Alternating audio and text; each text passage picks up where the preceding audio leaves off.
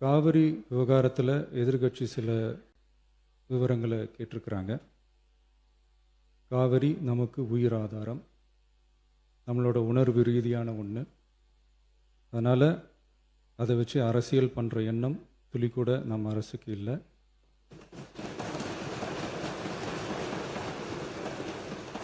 அதுக்கான அவசியமும் இல்லை. மேகதாது விவகாரத்தில் நாம் எல்லாரும் சேர்ந்து தான் தீர்மானம் போட்டோம். அதை நேர்முக கடிதமாக மாண்புமிகு பிரதமர் அவர்களுக்கும் அனுப்பி வச்சிருக்கிறோம். அதோடு நாம் அப்படியே இருந்துடல.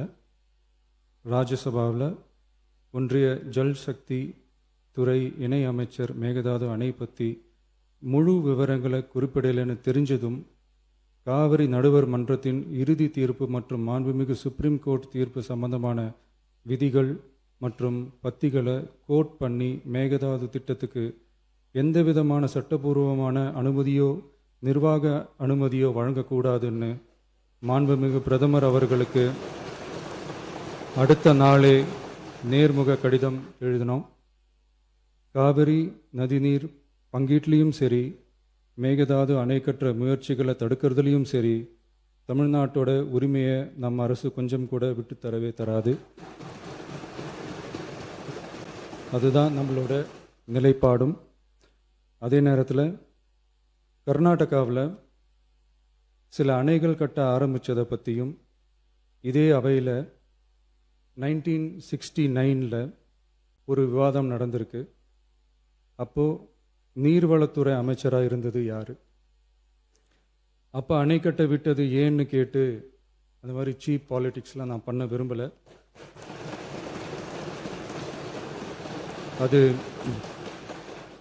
அது நம்ம நோக்கமும் இல்லை.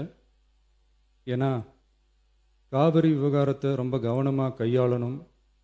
எந்த கட்சி ஆளுகிறது, எந்த கட்சிக்கு பெருமை, யாருக்கு பெருமைன்னெலாம் பார்க்கக்கூடாது. இது தமிழக மக்களுடைய பிரச்சனை அப்படின்னு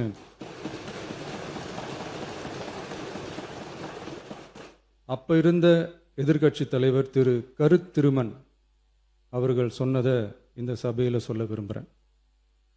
காவிரி பிரச்சனையில் சம்பந்தப்பட்ட 2 மாநிலங்களும் ஒன்றிய அரசும் உட்கார்ந்து முடிவெடுக்கணும்னு 1969 இந்த சபையில் பேசியிருக்கிறாங்க. அதுக்கப்புறம் நிலைமை வேறு மாதிரியெல்லாம் போயிடுச்சுன்னும் நம்ம எல்லாருக்குமே தெரிஞ்சது தான். சட்டப்படி இந்த பிரச்சனையை அணுகிறதுல நாம் உறுதியாக இருக்கிறோம், அதில் மாற்றமே இல்லை. இருந்தாலும் ஒரு அட்டெம்ப்ட் எடுத்து பார்க்கலாம்னு தோணுனது தான் அந்த பெங்களூர் விசிட். அப்படி ஒரு விசிட் பற்றி ஃபஸ்ட்டு யோசித்து கேட்டதும் நான் தான். நாம் பெங்களூர் போக நினச்சதை பற்றி பல ஒப்பீனியன்ஸ் வந்துச்சு. நாம் போக நினச்சதுக்கு காரணம், ஒருவேளை இந்த பிரச்சனை தீர்க்கறதுக்கான ஒரு பாசிட்டிவ் சைன் கிடைச்சா நல்லா இருக்குமேன்னு ஒரு எண்ணத்தில் தான். இன்றைய காலத்தில் பகை நாடுகளை பேசி தீர்க்க பார்க்குறாங்க. பக்கத்து மாநிலத்தோட பேசி பார்த்தா என்னன்னு நினச்சேன்.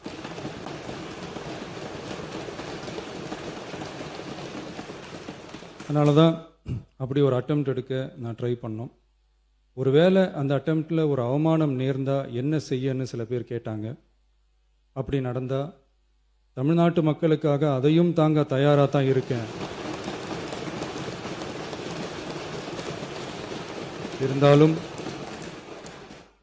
இருந்தாலும் நம்ம மேலே அன்பு காட்டின அத்தனை பேருக்கும் என்னோட நன்றிகள்.